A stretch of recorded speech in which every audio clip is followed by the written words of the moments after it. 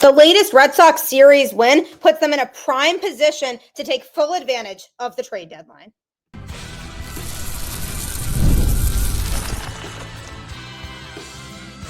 You are Locked On Red Sox, your daily Boston Red Sox podcast. Part of the Locked On Podcast Network, your team every day. Hello and welcome to Locked On Red Sox, your daily Boston Red Sox podcast, part of the Locked On Podcast Network, your team every day. I'm your host, Gabby Maljanian, former ESPN social media associate and current host of the Boston Balling podcast as well. And I'm here to bring you the latest in all things Boston Red Sox, Monday through Friday, straight to your favorite podcast feed. And the best part, it's free. So make sure you tune in because Locked On is here for you every single day. This episode is brought to you by 5 Hour Energy Transfusion. Go to 5hourenergy.com today and use my promo code LOCKEDONGOLF to receive 20% off your first order. Only valid through September 30th. Order transfusion-flavored 5 Hour Energy shots today. I'll tell you a lot more about that later on today's show, but happy trade deadline day. Big moves hopefully coming for the Boston Red Sox as they're coming off a big series win against the Twins. Going to be talking all about that on today's show, as well as what difference Brayan Bello has made for this Red Sox team as of late. And could there be a dark horse player that could be traded that people aren't really talking about in the Red Sox system? So if you think about where this season has gone, it's been an absolute roller coaster of emotions for Red Sox fans, from riding all of these lows early on because this team was significantly struggling, to then playing a lot better baseball, to then slumping a little bit again, to now being back on track after pulling off consecutive series wins against the Dodgers and the Twins. Now, obviously, the Twins are not in a position to where they're really contending this year, but you still need to be able to beat teams like that. And earlier on in the season, the Red Sox dropped 2 of 3 against the Twins at home. So it was good to get redemption in this series and come up with a big series win. The first game of the series certainly stung because that felt like a game that they could have won, but it was a 1-run game. Red Sox were up 4-3 in the 9th inning, and circumstantially, they just didn't have guys available that would have been nice to have available in that situation. For example, Aroldis Chapman, who was feeling some spasms after his outing on Sunday, had to get pulled from the game early, and Jordan Hicks took over, so he was not available to pitch on Monday. And then Garrett Whitlock was also not available to pitch Monday because the Red Sox had a rough flight into Minnesota to begin with. So the circumstances for Monday's game just were not in their favor, with Richard Fitts also on the mound. So it was a struggle for this Red Sox team, but I liked how they still grinded it out and they still came super close. And then obviously went into an hour-and-a-half rain delay heading into the bottom of the 9th inning. So Jordan Hicks, who had already warmed up to come into the game, then had to warm up again later on towards the end of the rain delay to come back in and finish up that game because their 2 players that they would normally throw in that spot, Chapman and Whitlock, weren't available. So it kind of left Alex Cora not really a whole lot of a choice. He ended up blowing it, didn't have any command, but his warm-up routine had been thrown off. So lots of things that you could point to for game 1 and why it just didn't work in the Red Sox favor. But the Red Sox came and won the series, winning the next 2. They won game 2,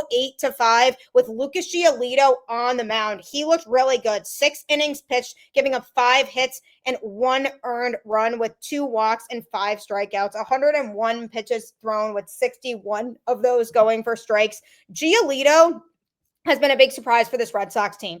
Consistency is the biggest thing moving forward that I will say is the biggest storyline for him, because we've had scenarios this season where we don't really know what version of Lucas Giolito we're going to get. Are we going to get the version of Giolito who's wild and gives up 6 runs in the first 2 innings and then has to be pulled after 3? Or are we going to get the Giolito that can throw 6 or 7 innings and give up virtually no runs? So going into that game, I was concerned about which version of Giolito we were going to get. I said, we have to win this game. We cannot lose a series against the Twins. And sure enough, we got the really good version of Giolito. If we continue to get that really good version of Giolito, that is a durable number 3 or 4 starter that the Red Sox could slot in there. As of right now, he would definitely be a number 3. But if the Red Sox do acquire a number 2 starter to go behind Garrett Crochet, then he really would be the 4 with Brayan Bello as the 3. So Lucas Giolito was able to hold down his end of the fort. The game on Tuesday night showed that the Red Sox bullpen right now is definitely still a little bit shaky between Justin Wilson and Jorge Alcala, not exactly on their A game. Wilson came in the 7th inning after Giolito pitched, and he threw just that inning, and he gave up 2 hits and 2 earned runs. He did give up a homer, and he just had 1 strikeout. He just did not have it. Threw 17 pitches with 10 of them going for strikes. So it's not like his command wasn't really there. It's just that his stuff wasn't exactly there, and he was getting hit hard. So Justin Wilson, a little bit dicey as of late. Alcala also has struggled as of late. He pitched 0.2 innings, giving up 2 hits and 1 earned run with 1 strikeout. He gave up a home run as well. He threw 20 pitches with 12 of those going for strikes. And Alcala, for a while, had a stretch where he was pitching really well, and he was earning higher leverage situations to throw in. And Alex Cora was hoping not to have to use Aroldis Chapman at all in that game, but Alcala could not get out of the 9th inning. So he then brought Chapman in to finish it, who had a strikeout and was able to get the last out in that regard pretty quickly. Just threw 3 pitches. So he meant business going back out there. Alex Cora was hoping he could have rested once the Red Sox went up 8-3 earlier on. So that unfortunately didn't happen. So the middle relief part of the Red Sox rotation still is a little bit dicey in an area in which they could use some growth, because the really high leverage guys have been on it between Aroldis Chapman, Garrett Whitlock, even to an extent Greg Weisser, and obviously Justin Slayton when he's healthy. And Slayton being hurt for an extended period of time hasn't helped the Red Sox cause at all. And then I would also say, he did struggle in this last outing. Again, like I said, circumstantially, it wasn't really working in his favor. But when he's on, he's really on. And the problem with him is that sometimes he's very much not on, and his command is just not there. But he, when he is on, has really good stuff, and he's super hard to hit. So he's somebody that the Red Sox are hoping they can develop into a really strong reliever that could hopefully pitch more in high leverage and maybe eventually be the team's closer. So we'll have to see how that goes too, but lots of good things to take away from that game in this series. Roman Anthony continues to be a tough out. He went 1 for 4 in Tuesday's game, drove in a run and took a walk in that game with a strikeout. And then in the 3rd game of the series, the Red Sox actually smoked the Twins 13-1. Bats were moving. Brayan Bello was on the mound. Going to be talking about him in a little bit too. But Roman Anthony recorded 2 hits in that game. He went 2 for 5, no walks, but a strikeout. But the best thing about Roman Anthony is that he has exceptional plate discipline for somebody that's his young as he is.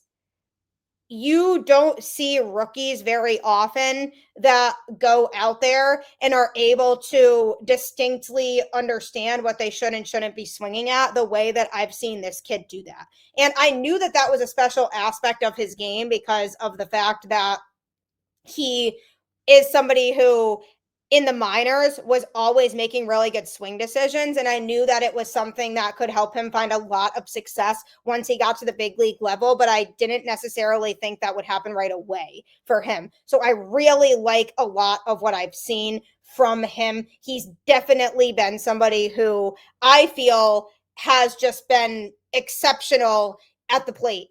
When he's not getting a hit, he's taking a walk a lot of the time. And he does have his fair share of strikeouts, but he does make some rookie mistakes. His launch angle could use a little bit of an adjustment, and then he'll start to hit some more home runs because he definitely has a lot of power in there that he just hasn't necessarily showcased yet. So once he hones in on that and unlocks that aspect of his game, he could be unstoppable at the plate. So I really like a lot of what I've seen from Roman Anthony. Lucas Giolito and Brayan Bello both had standout performances in this series, and the Red Sox offense took care of business the way that they should be. Jarren Duran with a big game on Wednesday as well, going 3 for 5 and driving in 4 runs.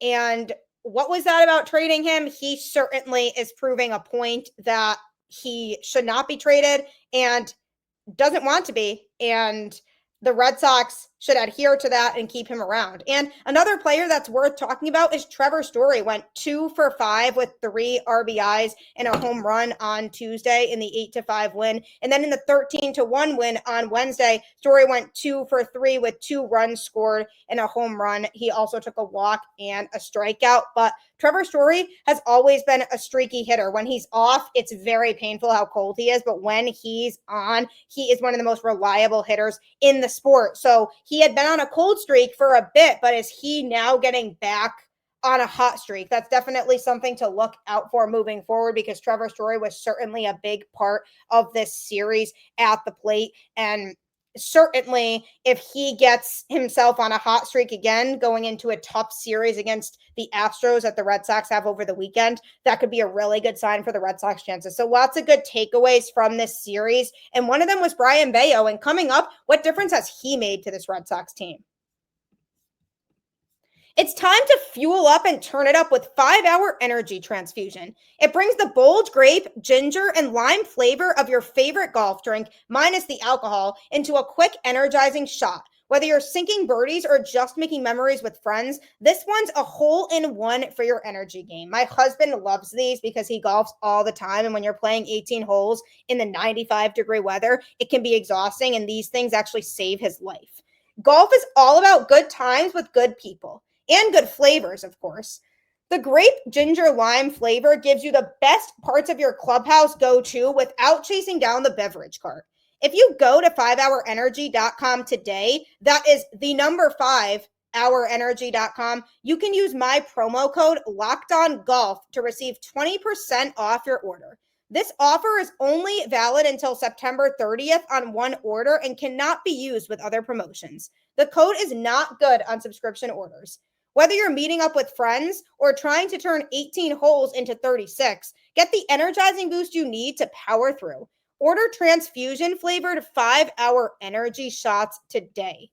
They will save your life, especially because of how hot it's been as of late. It's actually been so ridiculous. So if you're a big golfer, definitely invest in some of these for the course. Brayan Bello is a difference maker for the Boston Red Sox starting rotation. Now, this is a Red Sox team that went into the season with lots of question marks surrounding its rotation. And one of those question marks had to do with Brayan Bello, because it's not always been smooth sailing for him with the Red Sox. He's dealt with his fair share of injuries. He's dealt with his fair share of struggles. But earlier on in the season last year, while he was struggling, he really turned things on in the second half and showed a lot of improvement. And in that regard, it's been great to see him pitch since then, because going into the season, the question was, what version of Brayan Bello are we going to get? The one from the first half of last year or the second half of last year? Obviously, everybody hoping for the latter, but not knowing for sure, especially because he was injured to start the season. So he was on the IL and he missed the first month or so. And then when he came back, everybody was like, all right, how is he going to be? But he has been very reliable for this Red Sox team. And he pitched in the Red Sox series finale against the Twins to get them the series win. He threw 7 innings, giving up 5 hits and just 1 earned run with 4 walks and 4 strikeouts. The 1 run came on a solo home run. Just made a mistake with the placement of the pitch. He threw 93 pitches with 60 of them going for strikes, and his ERA is now down to a 3.19. He has a 7-5 record now on the season after recording the win in this game. And this was big because the Twins are 51-57 now. They are not a team that's in contention, and they are not a team that the Red Sox should be losing a series against. And earlier on in the season, this is probably a series that the Red Sox lose. But Brayan Bello is somebody that you can now have go out there and you can feel confident that you could get a win with him out there. And I really like a lot of what I've seen from him. He still isn't generally a big swing and miss pitcher. He's not somebody who's going to strike guys out a lot necessarily, but he is somebody who is going to generate weak contact. That's always been something that's been notable about his game. His ground ball percentage is in the 84th percentile, so he does still get guys to ground out or hit weak contact at a really high rate. His strikeout percentage is in just the 21st percentile, and his chase percentage is in the 33rd percentile. So his stuff doesn't really have guys chasing pitches outside the zone a lot, so therefore he doesn't record a lot of strikeouts as it is. His walk percentage is okay in the 44th percentile. Could be better. He does need to cut down on the walks for sure, because again, he did have 4 walks in the game yesterday. But one thing I really like about Brayan Bello is his arsenal, and he has continued to grow in his arsenal. He has a sinker that he uses 36% of the time, a sweeper that he uses 21% of the time, a four-seamer in which he uses 17% of the time, a changeup that's 15% of the time, a cutter 10% of the time, and a slider that he uses very rarely, just 1% of the time. So the sinker is his primary pitch, but he doesn't use it at a significantly high rate. With Lucas Giolito, something that concerned me was that he had 2 pitches in his changeup and his four-seamer that he was utilizing too much almost and wasn't really utilizing any other pitches a lot, and it became easy for opposing hitters to figure that out. But with Bello, he mixes in the sweeper and the four-seamer and even the changeup enough to where it's not super predictable always that he's going to throw the sinker. And that's why he's been able to find a lot more success, because that pitch is something that he's gotten more and more comfortable with over the years. And the cutter and the slider are pitches that he hasn't always actually utilized as much. And now, because he's been able to slowly develop more and more pitches, it has allowed him to be more successful on the mound. For example, in 2024, he utilized the sinker 40% of the time. So he was using it more, in the sweeper 28% of the time as opposed to 21 this year. The changeup last year, he used 27% of the time as opposed to 15% right now. And then the four-seamer, he used just 5% of the time last year. He worked that more into his arsenal this year at 17%. And that was one of the reasons why we saw him decline in the second half last year, was because of the fact that he wasn't utilizing his four-seamer as much. And I actually spoke with him this year in Worcester when he was rehabbing with the Red Sox, and I asked him, what's your plan in terms of your arsenal this season when you get back up to the major league team? Are you planning on implementing that fastball again at a more regular rate? Because that was something that was always a positive aspect of your game. And he said, yes, definitely. And we've seen his game be taken again to a whole new level this year because of that. So that's certainly a key for him. Another difference in 2025 versus 2024 is that he has developed a cutter. He did not use the cutter at all last year because it wasn't really a pitch that he felt like he had up his sleeve, but he was able to work on that pitch in the offseason and was able to develop it. And that's a pitch that he has now worked in. Every time you can add a new pitch to your arsenal, it really is a game changer for you and your team, because that just puts you in an even better position to succeed, because the more pitches that you have that you can go to, the better off things will be for you. So I really like that he was able to implement that pitch, and it has allowed him to find a lot of success in 2025 with the Red Sox. Now, you look at the Red Sox rotation and where it's at right now. He has been a game changer for this rotation. Brayan Bello has been somebody who the Red Sox have been able to rely on a lot. And the reason this is such a game changer is because it puts the Red Sox rotation in a different tier in terms of competitiveness, because they knew going into the season that they would have their ace in Garrett Crochet, who is truly the guy that's going to continue to pitch at the top of that rotation, be the top arm that this team has. And that was just how it was going to be. So they knew they had their number one, but everything else after that was a question mark in terms of where they were at and in terms of where the rest of the rotation was going to perform under him. And because of the fact that Brayan Bello has been performing at such a high level, it makes it a lot easier of a job for the Red Sox when it comes to acquiring a starter at this trade deadline, potentially, because now there isn't as much pressure of, oh, we have to get a frontline starter. I know they are pushing hard for a number 2. They really like Joe Ryan from the Twins. The package might be too expensive that they would have to pay and give up to get him. So I don't know that that's something that they would necessarily want to do, but they are also exploring other options that wouldn't necessarily be a number 2 starter, because they don't necessarily feel at this point like they need that number 2, because Brayan Bello has just continuously been able to step up, and because he has made some changes in terms of his approach and his arsenal and the way that he goes about his outings. They feel like they have unlocked something with him that puts them in a position to where they feel they could trust him in a postseason game to go out there and truly get the job done. So that's really exciting when you have a guy like Bello who you feel like can be that guy who could be a difference maker moving forward. He could be a number 2, potentially number 3 starter. And when you have him out there, you feel like you could win that game. And last year, if you look at where Brayan Bello was at, we couldn't necessarily say as much that we felt as confident when he was out there that he could go out there and get the win. Now, the most confident I feel, obviously, is when Crochet is out there. He's the ace. That's a given. But it is reassuring to have another pitcher who you can feel relatively confident in, where you can say, hey, I really like what Brayan Bello brings to the table. And when he's out there, he limits the number of runs that the other team scores, so we can feel like the Red Sox are in a good position to win that game. If he just cuts down on the walks, which has been a problem for him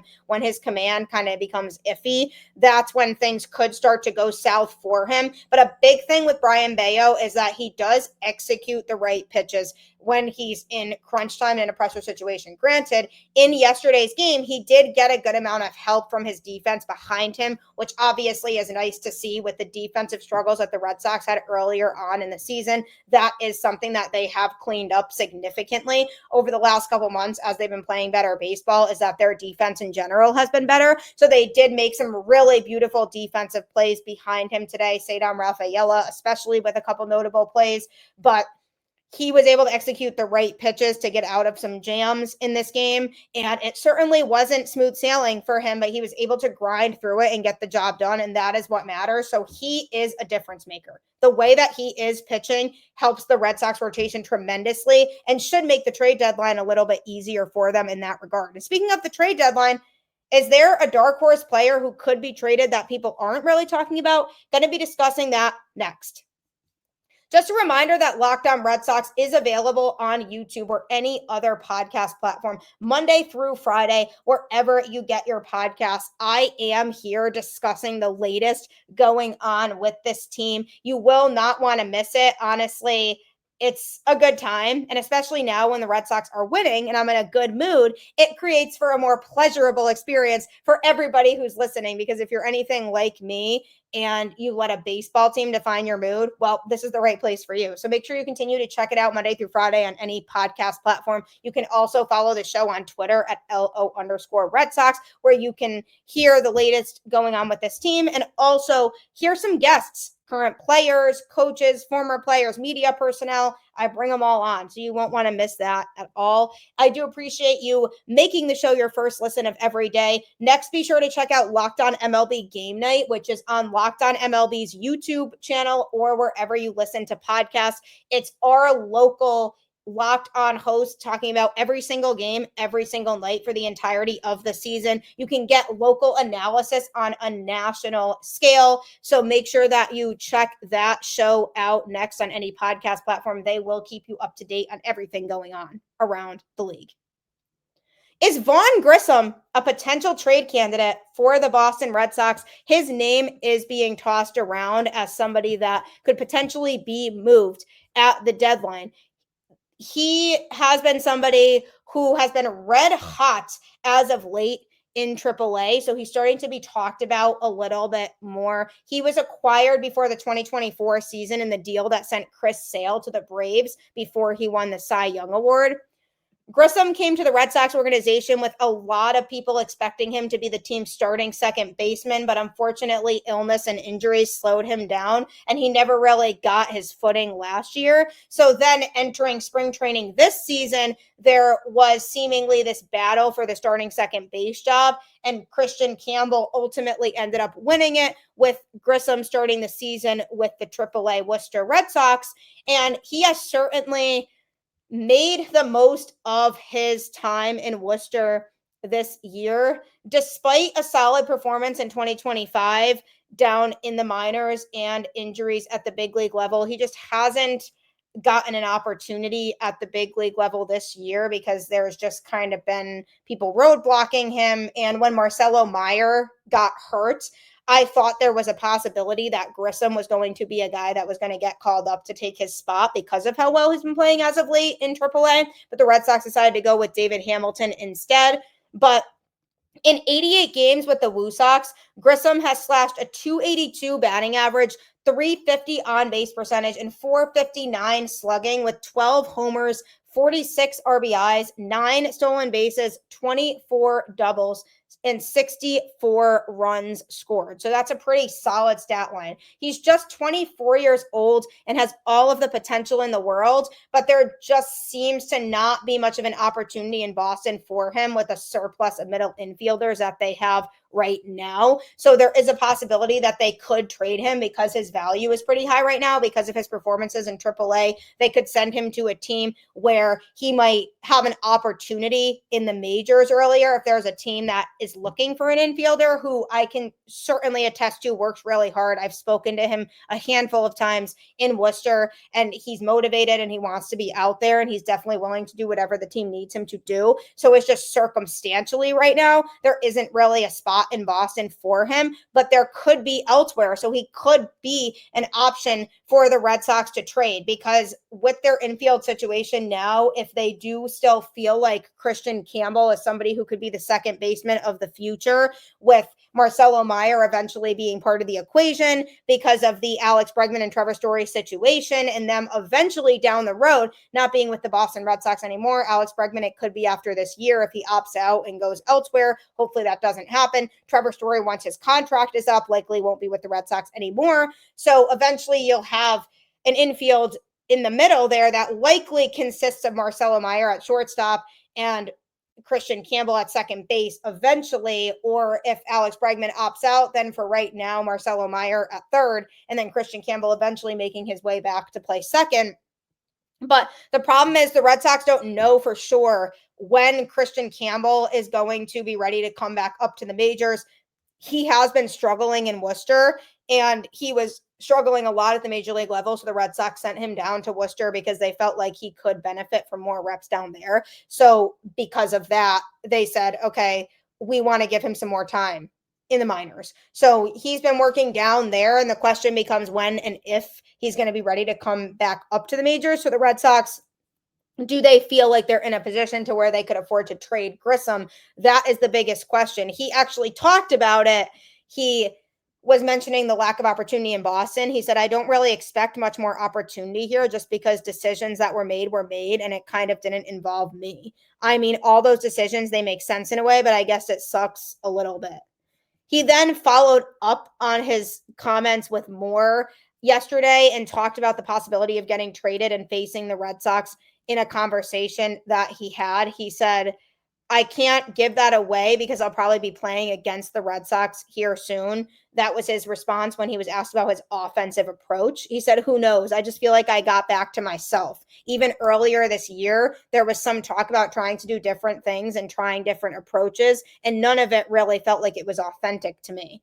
I feel like I got to a spot where I was playing my game, and then the game that I know how to play, and figured out how to do it my way and still have the success that they're looking for. So he essentially was talking about how he feels like he found his identity again as a baseball player, and he's doing it in a way that allows him to succeed and also is doing it in a way that the Boston Red Sox organization wants to see from him. So he really likes where he's at. He just admitted that it's a little bit frustrating because he does feel kind of roadblocked with the Red Sox. And I've honestly wondered about that with him. Super nice guy, doesn't show any frustration when he's out there or when he's around his team. He carries himself in such a mature way. But I have wondered if he was feeling a little bit frustrated over the fact that he came to Boston in this big trade when they sent Chris Sale to the Braves. And he came over here thinking that he was going to have this big role with this Red Sox team to ultimately be roadblocked in AAA with